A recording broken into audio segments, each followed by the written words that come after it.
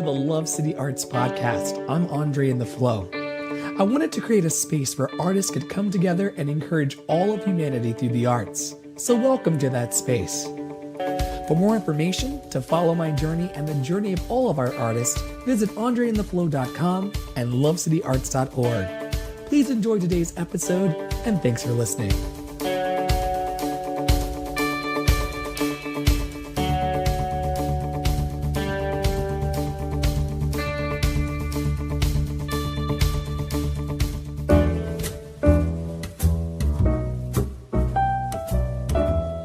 Wife, mom, podcaster, entrepreneur, creative, designer, event planner.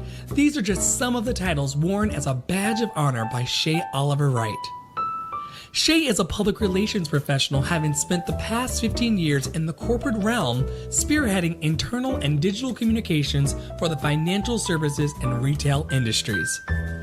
And if that isn't enough, you can also catch her with her favorite guy, her husband William, on what parenting is really like in 2018 being a millennial parent on their weekly podcast, available on iTunes at Two Cool Parents Podcast. And because there aren't enough hours in the day, she most recently started the Vine and Verse Book Club, a virtual and in-person book club celebrating literacy and promoting inspiring discussion topics for women of color. She resides in Cherry Hill, New Jersey with her husband William and their two children, London and Christian. Join me now in episode 18 of the Love City Arts podcast with Shea Wright as we discuss finding love and peace, letting life move you, her battle with postpartum depression, turning your passion into profit, and so much more.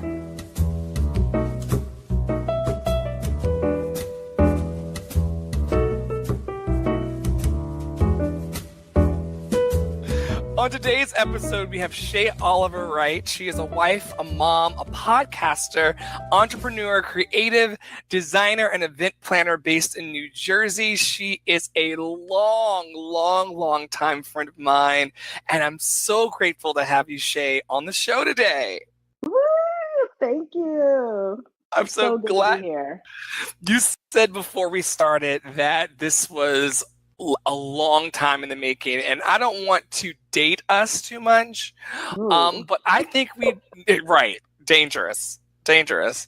I think that I think we've known each other for, let me do the math here, this is 2018. Let's just say it's been over a decade. It's been well over a decade. Well, and you say things like well over, it kind of makes me feel like old lady-ish. Okay, so a solid decade. 365 times 10. How about that? A decade and some change. A decade-ish. Yeah. Okay. Long enough to know that the love is real. You've always been the kind of entrepreneur and friend and creative that I could reach out to, whether it be on Facebook or social media or a phone call, and just say, hey girl, this is something that's going on in my life. We've been creatives for as long as we've known each other, and what do you think? And your insight's always amazing. Well, thank you. Aww. I'm blushing right here. Listen, blush away. In the opening of this episode, I mentioned all of the things that you're involved in. Your wife, mom, podcaster, entrepreneur, and the list goes on and on. I want to start off the episode with talking about what holding all of those hats means to you. Oh, yeah. Just dive right in, right? Yes. Yes. It's like, why deal in a kiddie pool? Let's just go on into the 15 feet where the diving board is.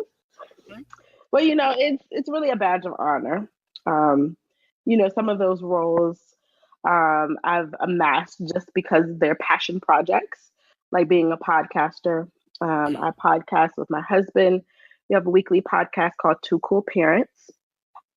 We broadcast on, iTunes, Stitcher, SoundCloud, iHeartRadio, wherever you get your favorite podcast from. We're, broadcasting live just about weekly. We may skip a week here and there because, we're parents. That's it. But really, like I said, it's a badge of honor. I've been a public relations professional. I went to school for PR, and I've been doing that for about 15 years. Just kind of making my footprint, making my wave. And then I kind of decided, like, yeah, no, this 9 to 5, this corporate 9 to 5 is just not me anymore. I can't say it was like a complete revelation because I've always felt this way since I was a little girl. I have three entrepreneurs in my family. One owns a hair salon, one owns a printing press, and the other one owned a daycare. She's now since sold it. And these are my aunts and uncles, and they have worked tirelessly, worked hard, but they provided for their family. And I wanted that same, aspect. I love that they weren't a slave to the corporate 9 to 5, and it was so great. Because you had that example, you were like, this is possible for me too.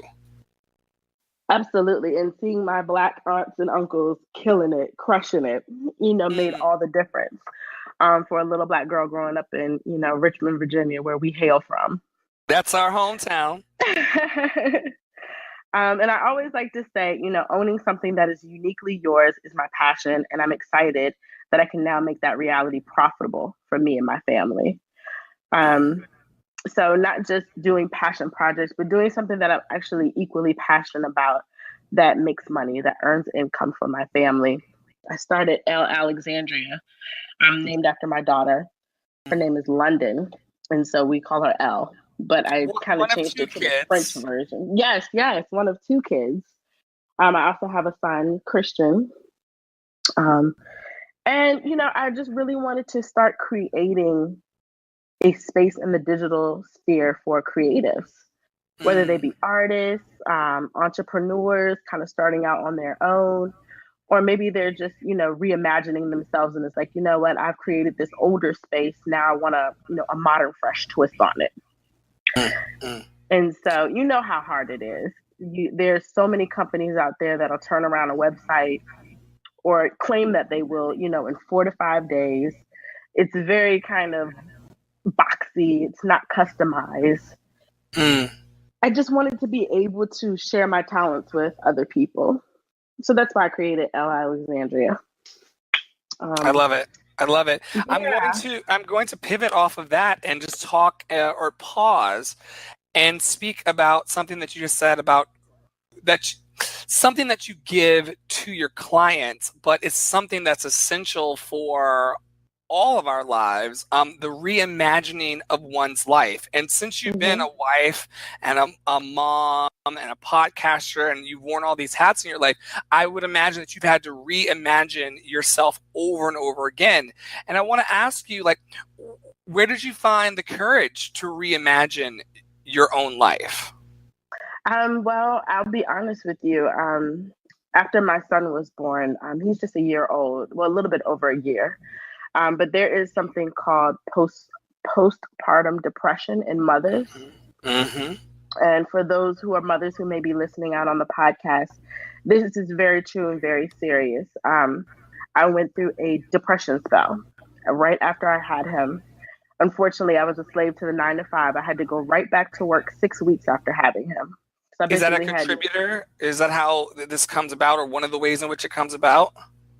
Well, I don't know if it's always this in every case, but I know I felt pressure to just jump right back in, and get right back to normal life. My job depended on it, household bills depended on it. And so I literally just was like, great, I had a baby, I'm back to work. What I didn't realize was I never allowed myself time.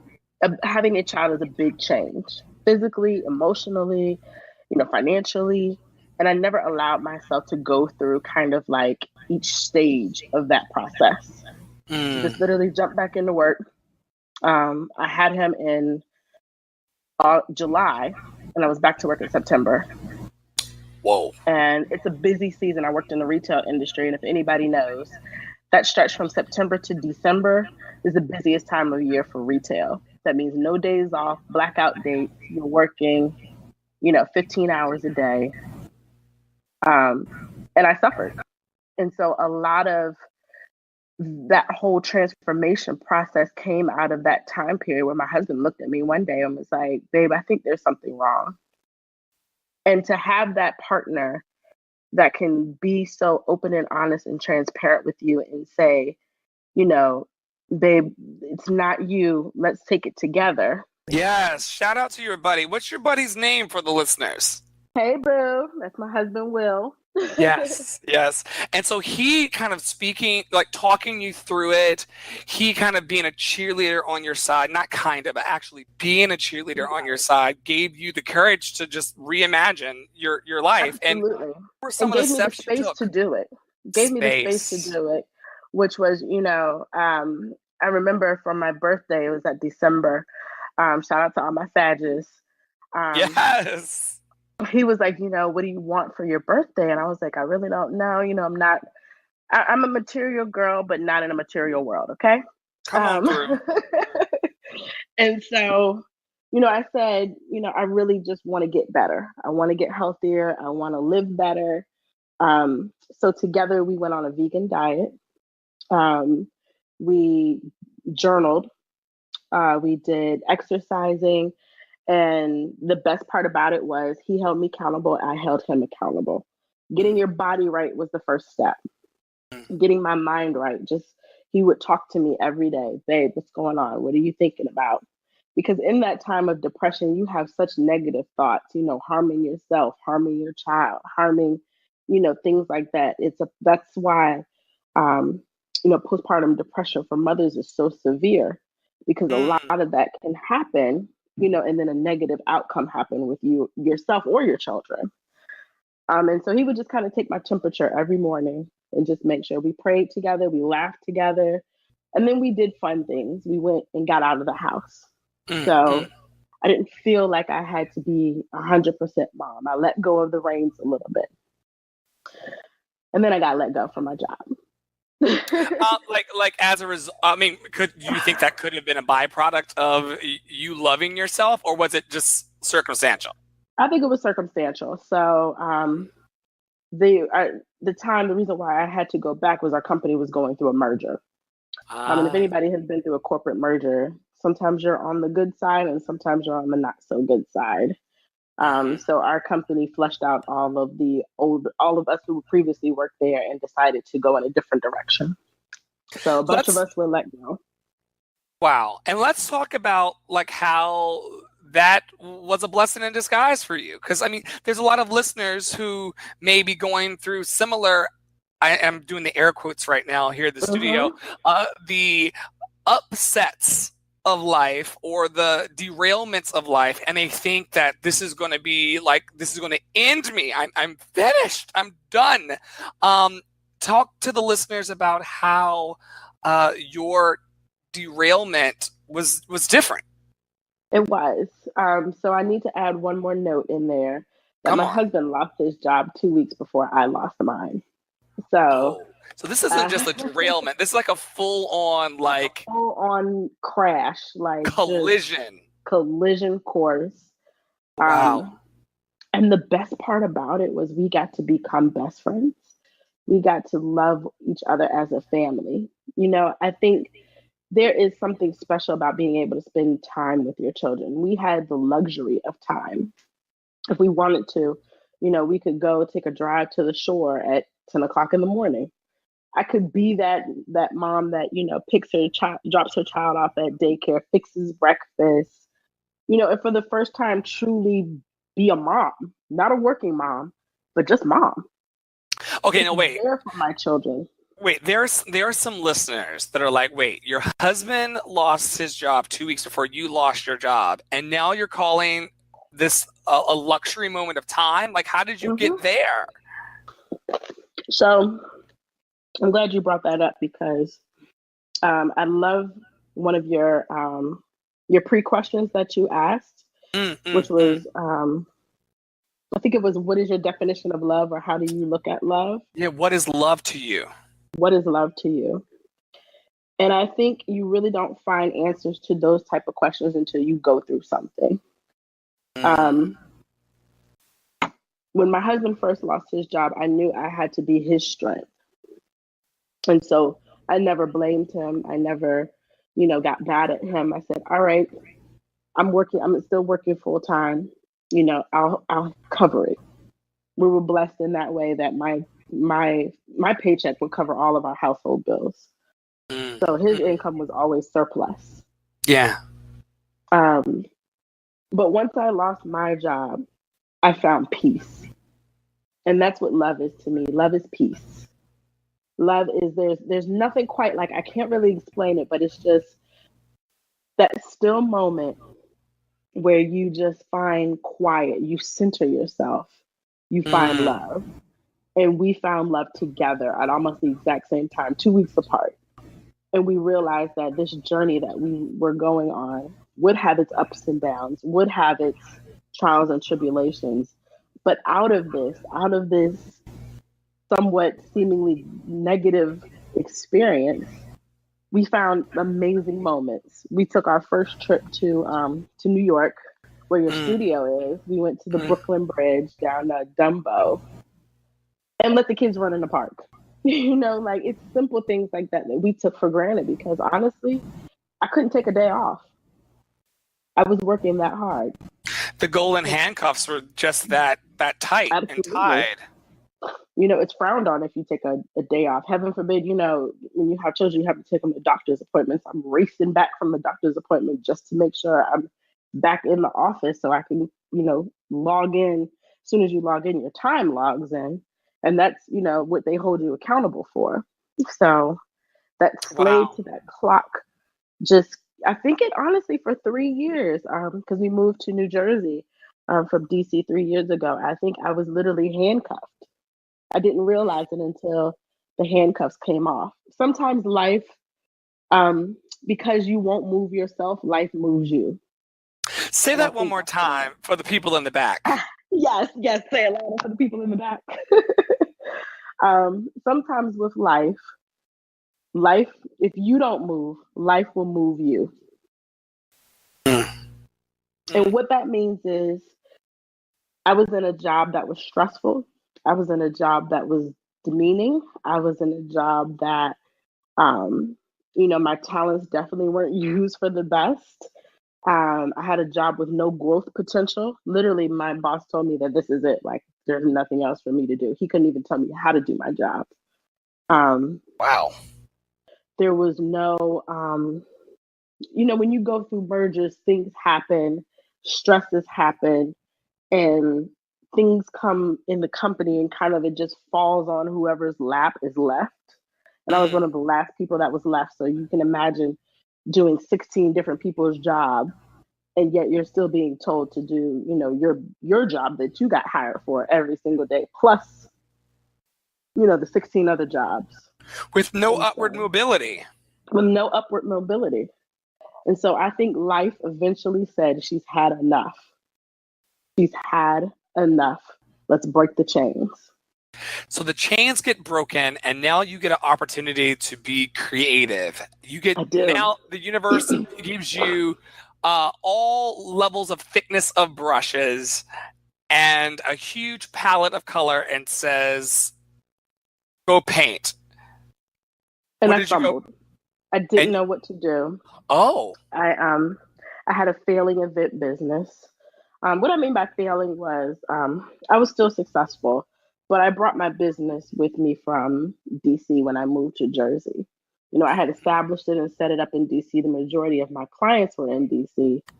And so it became cumbersome because I kept going back down to DC. I never really was able to get an inroads into the Philadelphia, New Jersey market. Okay. And so I decided to sell it. And that was the first thing I wanted to do. And I said, you know what, I'm going to sell it. And, this is what it'll be. I had no plans to do anything else. But, the universe works in mysterious ways. Come on. So the lady that I was going to sell it to was like, well, why don't we go into business? Because I'm a designer. I'm an event designer. And you're an event planner. So just for those folks who are listening, be careful who you get when you're planning your wedding or an event. A lot of times your planner is the one who's doing all of the, the schedules. They're talking to your vendors. They're coming up with the timelines. They're keeping everything on track, paying the bills. The designer is the one who puts it all together, who, as most people like to say, who color in the brush strokes. Mm. And so those are your centerpieces, your accents, to make the whole thing come together, the details. And so you want to find a planner that's good at both. Well, what I was finding was I was lacking a designer and she was lacking a planner. And so we merged our businesses together, which is now it's called With Joy Events, it's LLC. And I'm the senior partner. Come on, senior partner. Come on, senior partner. So not failing, but failing up. Yes, an interesting turn of events, because what it allowed me to do was still do the things that I love to do, but have a team. We now have a team under us. Mm-hmm. So I'm training junior designers and junior planners how to do weddings and events. So there's a mentorship component. Exactly. I never thought I would be used in that way. But now I'm training. I knew you'd be using that way, but it takes time to kind of step in that direction and allow the universe to just push you and kind of poke you sometimes into that direction. It does.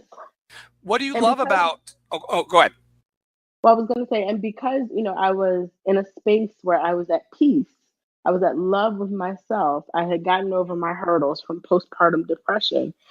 I was accepting for the universe's change. I learned to look at that change not in a negative way, but in a positive way. Wow. And what do you think about, I call it the lens, basically like glasses. We all have glasses that we put on in the morning. I'm not talking about just the ones that allow me to see in front of my face. I know what you mean. Some mornings I pick up the glasses that are like, oh Lord, why do I have to go in here today? And then some days I'm like, oh, thank you, Lord, for another day. How did you switch your lenses? I don't think I ever took them off, honestly. I think in the back of my head, my creativeness, I had pushed aside and made it dormant for so long that it was just bursting to come through. And I'm still a planner, so I'm still organized. I'm still very, confident in the things that I do. But I'm still much more, I'm much more now able to see, like you said, the creativeness. I can see the colors. I can see the vividness. I can see that there are opportunities, which is why I came in the middle of the night, decided to create L. Alexandria, the design company that I created, because I just needed to get it out. It's in me and I needed to get it out. I needed to share it with the world. Like you said, I needed to share it with people who needed a platform, but didn't want to have to pay so much for a BS, basic website that won't do them anything.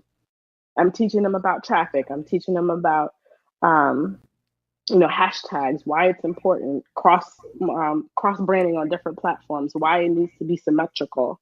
Things that, as business owners and artists, they're not necessarily thinking about. They're just like, I just want to put it out there and people to love me.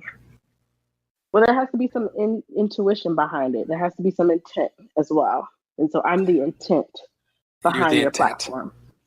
I know that you love it so much. You were talking about how L. Alexandria came up for you in the middle of the night. You and I often text message at 2-3 o'clock in the morning when inspiration hits. And I think, and people ask me all the time, like, why are you up at 2 or 3 in the morning when you know you have to be back at work at 9 or 10 the following day? Like, it is a love and a passion for this work that allows us to bounce ideas in the way that you and I do. Through WhatsApp. I want to talk about that love that you bring to L. Alexandria and all of your other projects and work. Do you think that that's something that's just naturally in you, or do you think that it's something that you have to just constantly cultivate and bring up? A little bit of both. So, my mom was my strongest example of love. I'll be honest, I wasn't the easiest child. I was challenging, bold, daring. But the way she showed me how to cultivate my creativity was to put it in a way that, was always be positive, Shay, be uplifting. And what you put out in the universe will come back. And so I Do you feel like use that language? Yes, my mom. My mom's an English teacher. So she taught for 32 years. Because everybody's mama isn't saying what you put out into the universe, Shay, will come back to you. So I'm like, whose mama was this? Like your my mama. mama's a Sag too, so she speaks in universe terms. I think her and the universe are like one. They're sisters. I always say that. Love it. Yeah. And so she said this to you, and it sunk in. It did. And just being able to, and then of course my dad being Mr. Profitability was like, well, if you're going to be doing all that, then you might as well make a profit for it. So I have, mom's creative energy, creative juices that probably were just born out of me being born. And my dad's very analytical way of seeing things. I don't want to say just always it's a profit, no. But if you have a passion, if you have something that you love to do, mine is creating things, creating conversation, creating websites, creating events. I'm a creator. And so his thing was, if you're going to be able to do this, you've got to be able to support yourself too. And so learning how to monetize that passion. And that's really what I help my clients with. Like I said, I'm the intent behind it. Okay, you have this, I have a client who's a floral designer. I was going to ask you about one of your projects. Mm-hmm. Yeah, she's amazing. Her thing is she just makes great flowers and she expects people to find her. And I'm like, honey, you live in South Jersey. Nobody's going to find you. You have to have some intent. You have to have some intent behind it, but you have to be deliberate when you do it. And so helping, kind of helping them get out of their shell a little bit, because I'm a marketing girl too. You got to push a little bit. Mm-hmm. When it's your baby, you hold it real tight, real close. You got to be willing to, have somebody else give you an objective opinion to push you in the right way, because you want to be successful. You want to be profitable. I mean, nobody does entrepreneurship because they just want to work more hours and slave at 2:00 in the morning, which is what we're doing. They want to be able to, say, all right, I want to go to Miami this week and be able to take off and go to Miami. What would you tell the entrepreneur that's like him and hawing and kind of like they have that idea, but they're just not sure that they want to like push in the direction of that dream? I'll be honest, not everybody is built for entrepreneurship life. Because there are sacrifices. I'm a mom, and so my kids have been dragged to meetings. My kids have been sat in front of an iPad for 3 hours while I have a business meeting. Starbucks is the small business, meeting boardroom. My daughter can order an amazing Starbucks Frappuccino for you. She could pronounce words I couldn't pronounce at 5. Yes. Come on. So she'll go in and be like, I want a low fat, no skim whip, skinny white grande. And I'm just like, man, I did this to her. But can you get that in 2 so I can get 1 too? Yeah. Like I created this situation and double it, please. Exactly. And so, she's fantastic at doing things like that. But I encourage it because I want her to see how much work goes into it. It's just not the successes. It's about the failures too. My business when I moved here was failing. I was under every single month. I wasn't making a profit. So it was cumbersome. It was frustrating. But I learned a lot from it. And I learned that when I moved the business, I was just like, oh yeah, I could just move it and do it in Jersey. Well, I never did any market research. I never, couldn't make the connections because I was always working 9 to 5 or 9 to 9, as I used to say, 9 a.m. to 9 p.m. Wow. At my, corporate job doing whatever. I had no time. And that's why I said the luxury of time was given to me. And I don't take it for granted. I don't take that time that I've been unemployed, but professionally for granted. It was probably time for a break. Talking So about the to the gift. entrepreneur that's thinking about it, I would say do Say it. that one more time. As an To entrepreneur. the entrepreneur that's thinking about it, do it. See if it's something you can really do. But do it with intent and do it with purpose. And then the other thing I would say is grab you 2 or 3 good friends. Number one, you need a great lawyer who can write great contracts. Come on. Come Contracts on. save you all the money in the world. So you don't get sued. That's important.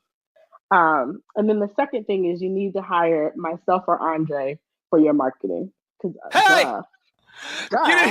You didn't have to do that. You didn't have to do that. You didn't have to do that.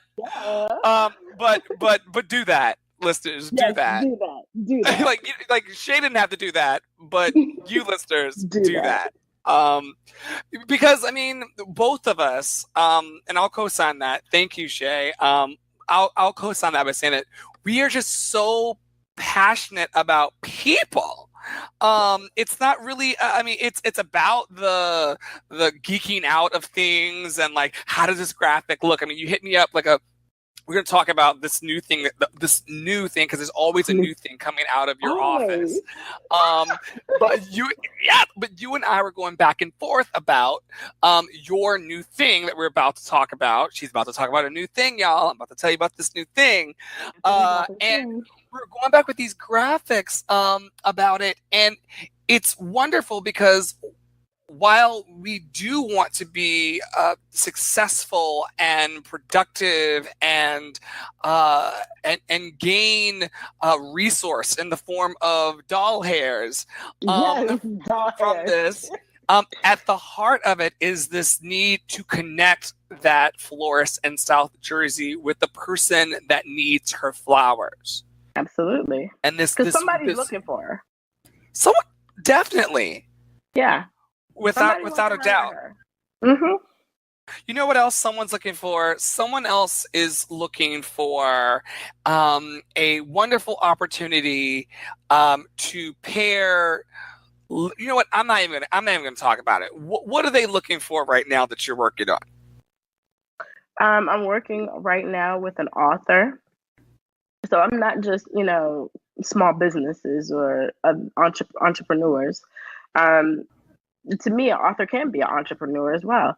This person that I'm working with is unique because his entire perspective is really about changing the social commentary that we have about Black people specifically, or people of color, I should say, and the stigma against mental health.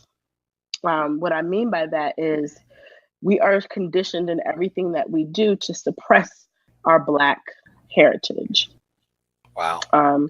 We code switch at work. We switch up the way we talk, the way we dress when we get to a certain level of establishment. We whitewash our kids. We send them to the best schools in the suburbs instead of the inner city schools. We try to strip away all of the Blackness that makes us who we are because we want to assimilate. We want to be, whether consciously or subconsciously, we do it. And so there's this thing that happens right around middle school, which is we learn our identities and who we are start to form. And that's kind of the pivotal age that he's targeting through his books. He's working on a 3-part series. The first one just launched. And he's really trying to grasp that age group, the middle school age group, when you're formulating your ideas and start talk to them about, the importance of loving yourself, the importance of taking pride in your culture, the importance of being who you are and accepting who you are, because everything in our society tells us to strip it away. I thought that was so powerful. I was drawn to that, and that's why I wanted to work with him. So amazing. Yeah. So amazing. In addition to that, I want to tell everyone about Vine and Versus Book Club. Yay! So guys, I'm a geek on the low. Okay, like I geek out. I read all kinds of books. I love fantasy books. It kind of just helps me, like, my mind to just go somewhere else other than, you know, the day-to-day mundane things that we have to do and tackle. Um, uh, and so I wanted to establish kind of like a modern day book club.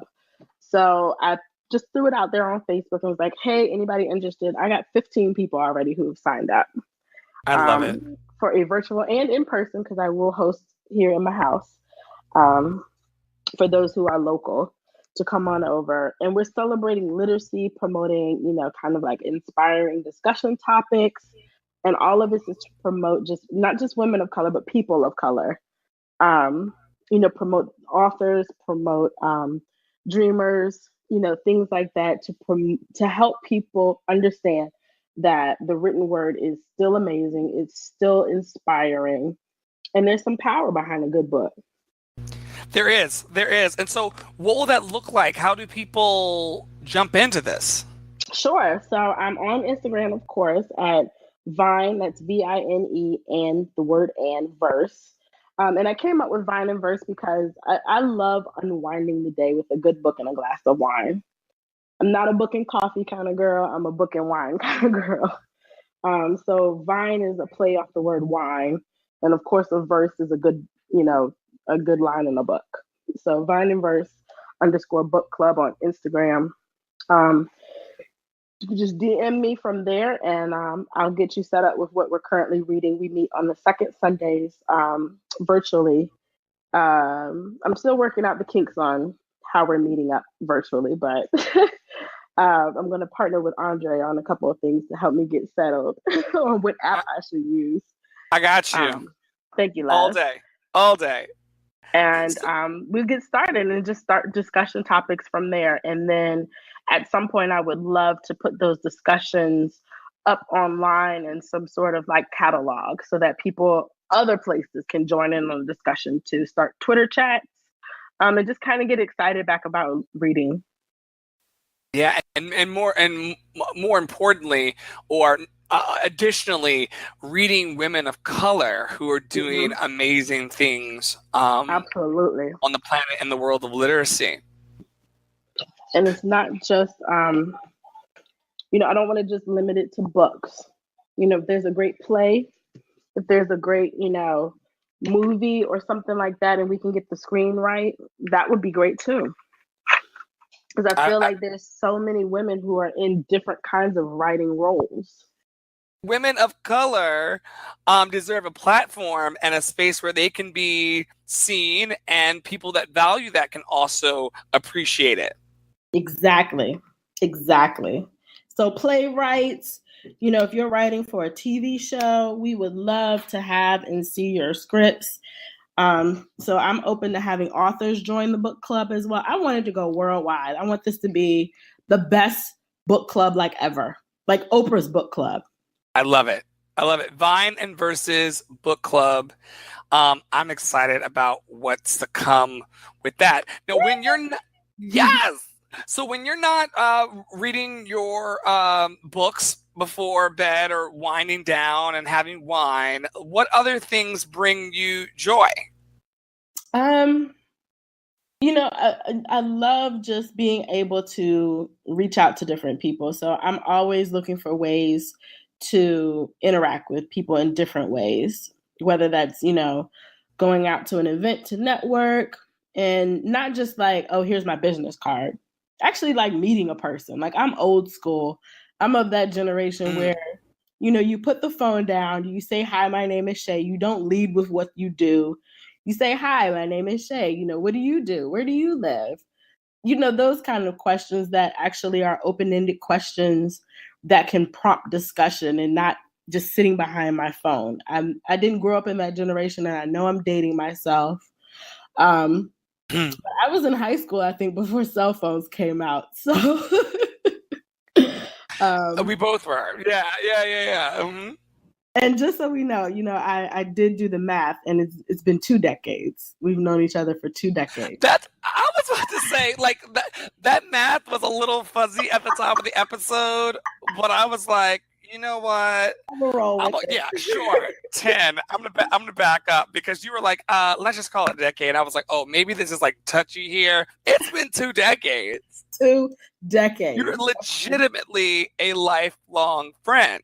Oh, thank you. And likewise, I've watched you grow and mature and become this amazing person, starting this amazing Love City Arts. I think it's great. I'm so honored to be on the call today.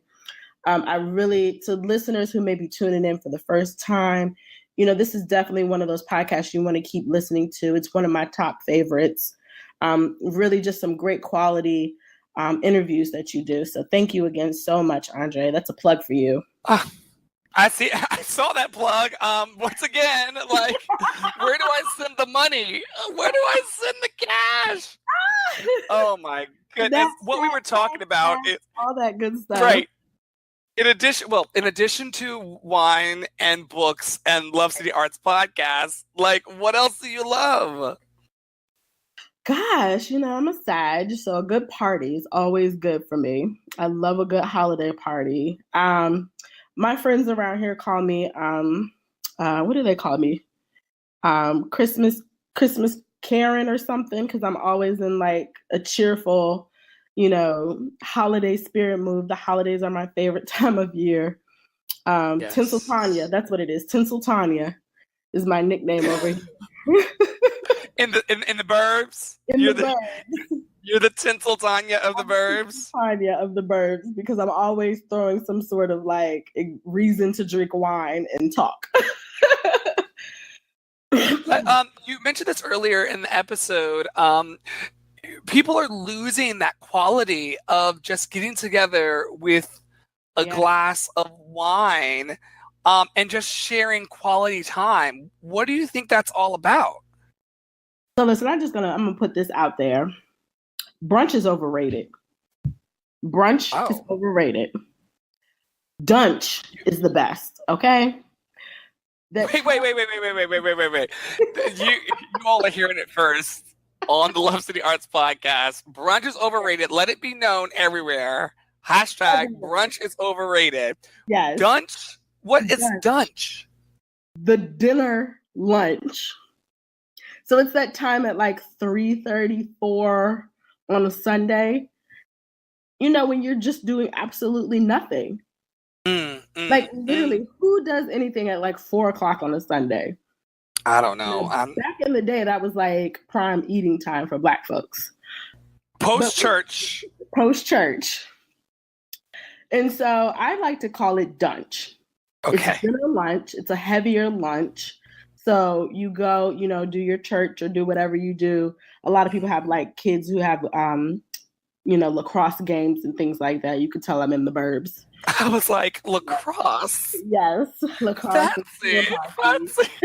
Okay, cool. So once you pick the kids up from the lacrosse practice of the game, then you can go hang out with your girlfriends for dunch, and you can talk about, you can have a little kiki.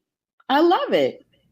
Now, how do the men align with dunch or the more, I won't say masculine energy because that's just not 2018, but like how do the fellas? He gets into it. So my husband cooks a lot. He's he actually wanted to open a restaurant at one time, and I really do hope he follows his passion and opens one, because he's very talented with the meats. Okay. Can I say that? He's talented. I mean, you look. Don't you get me going on this podcast, because I won't stop. So yes, he can be talented with the meats. Okay. How about this? Take that as you will, listeners. A grill master. How about that? That's probably more.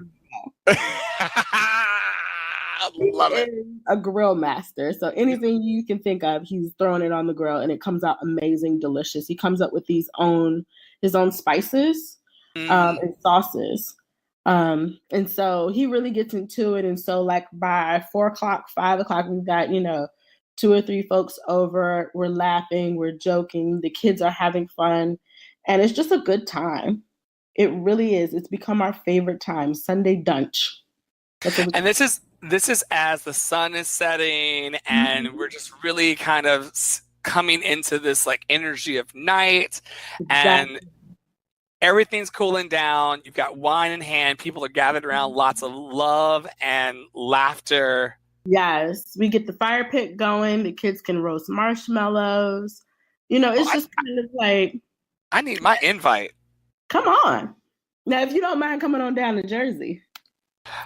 Well, you know us New Yorkers. You know how I know how y'all do. If it ain't in the 5 boroughs, it ain't happening. Oh Lord, don't do me. Don't do me. Don't do me. You will have a special invitation whenever you come to Dunch. Thank you. Thank you.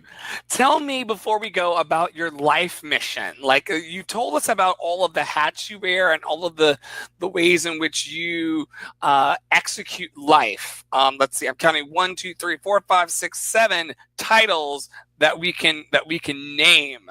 Mm-hmm. How are all of those influenced by your life's mission? I can tell you this. When I was growing up, I thought my life would be one way. I never could imagine that it would be where I am today. How did you think it would be? Like when I was growing up, I really wanted to be like a lawyer or something, I think.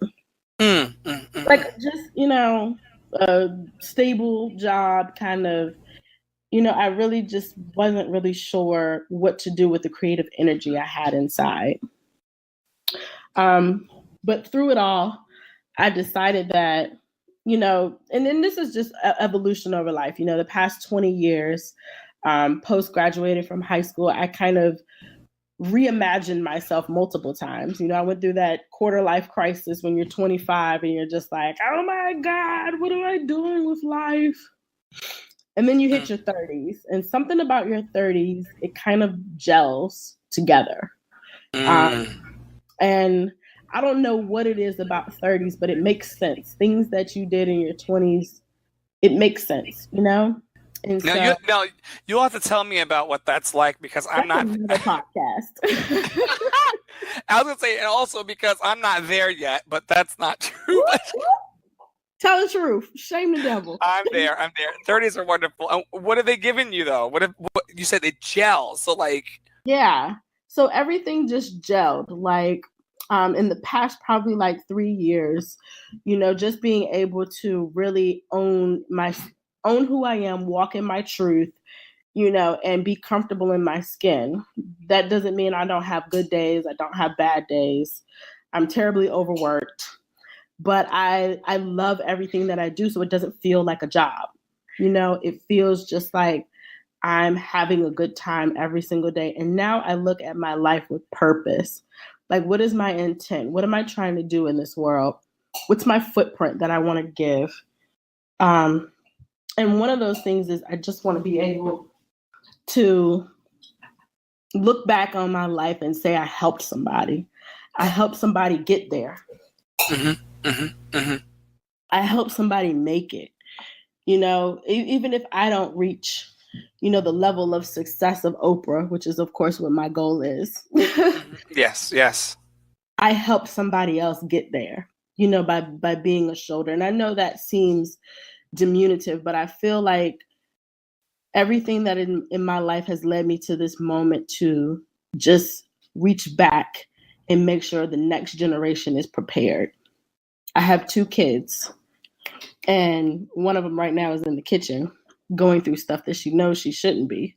Uh-oh. Are you going to get her together on a national audience? Because no, going back upstairs, please. We don't gather our children on the podcast. Okay. Listen, that's you're the qualified one. I don't have a chicken or a child anywhere. So yeah, a child. Oh my gosh. But really and truly, I really just want to be able, my legacy, my building wealth is what I like to say I'm doing, is so that as Beyonce says, there'll be some more brown children on the Forbes list. You know, I want to be able to make sure that there is a generation that has a platform, that has a space that's not, you know, trying to diminish their Blackness, trying to diminish who they are, especially my daughter as a young Black girl. She's able to identify herself as a Black woman, a strong Black woman. And my son, you know, he's growing up in a world where, you know, it's unfortunate that little Black boys are killed for Skittles now. Say that. Say that. Yeah. You know, they're mistaken. You know, I think the thing that gets me the most is, you know, that our children may not make it. They may not make it. We may not make it.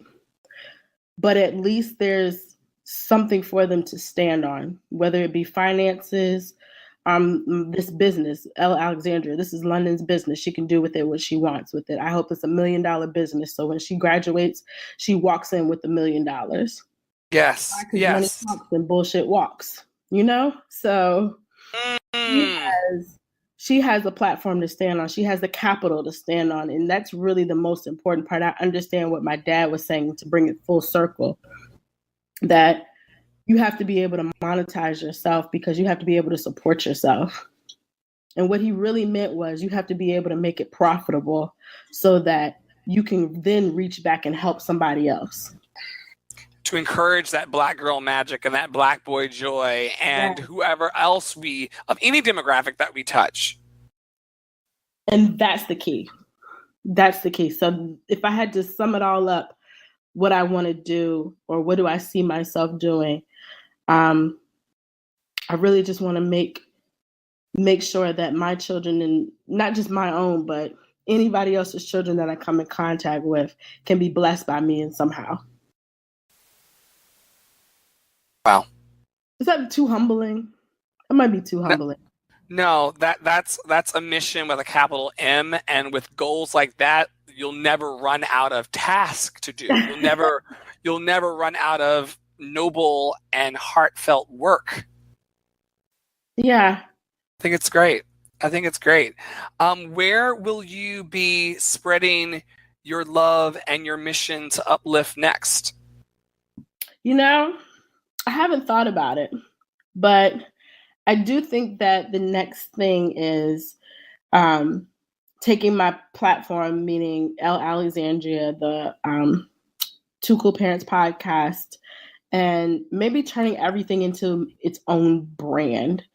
What I mean by that is kind of like how you have Love City Arts. A lot of things come underneath it. Yes. Kind of like how Oprah's name is Oprah. You know, I have the moniker on my own personal social medias of That Girl Shea. Yeah. And how I got that name, or came up with that name, was, first of all, nobody could pronounce my name. It was Sheila, Sharon, whatever. It's just Shea. Yeah. It's Shea. Literally, I'm named after the Shea Stadium in New York. So only people in New York got it. But I want to figure out a cohesive way to brand all of this and funnel it like Oprah does. Literally, she's my icon. To just, you know, streamline it so that there's multiple streams of income, but it all ends up in the same bank account. Come on. You know? Yeah. Because it seems like the overall theme of this episode has been about how to turn something you love into something that elevates you and brings you prosperity. It does. And that's what I always say. Turn your passion project into profitability. You know, you need to be able to, you know, this day and age, have multiple streams of income. And 9 to 5 for a lot of people doesn't hold it down, doesn't give you everything you need. So you need multiple streams of income, and being able to turn your passion projects, or even, like you said, that entrepreneur that's not sure, that artist, that budding, you know, creative energy, just trying to figure out what to do next, call Andre and Shea and we'll help you through it, you know? We will get you there. We will get you there. Yeah. Now, look, I want to thank you again for being on the podcast. This is amazing. It was. And it turned out great. See how we had so much good stuff to talk about. I'm so excited. Yeah. And I always end every podcast with 3 fill in the blanks. Mm-hmm. All right. Your fill in the blanks are love is. Love is your passion. Joy is doing that passion. Oof. Freedom is living that passion. You better preach a whole sermon today. Come on now. I thought you were gonna give me a challenge. That was good. I love it. Look, you accepted that challenge and you knocked it out of the park. Thank you so much for living your passion, Shea Oliver Wright, on the planet, and thank you for living your passion here with us today on the podcast. Thank you for having me. This has been great. Seriously.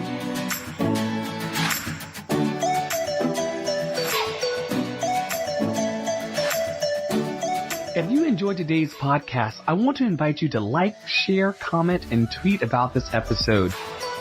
Your comments help me to make this podcast the best that it can be and continue to share the love.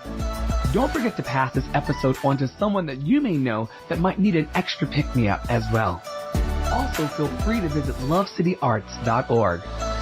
We've got more episodes, monthly giveaways, upcoming in-person events, uplifting blogs, and a book club on the way.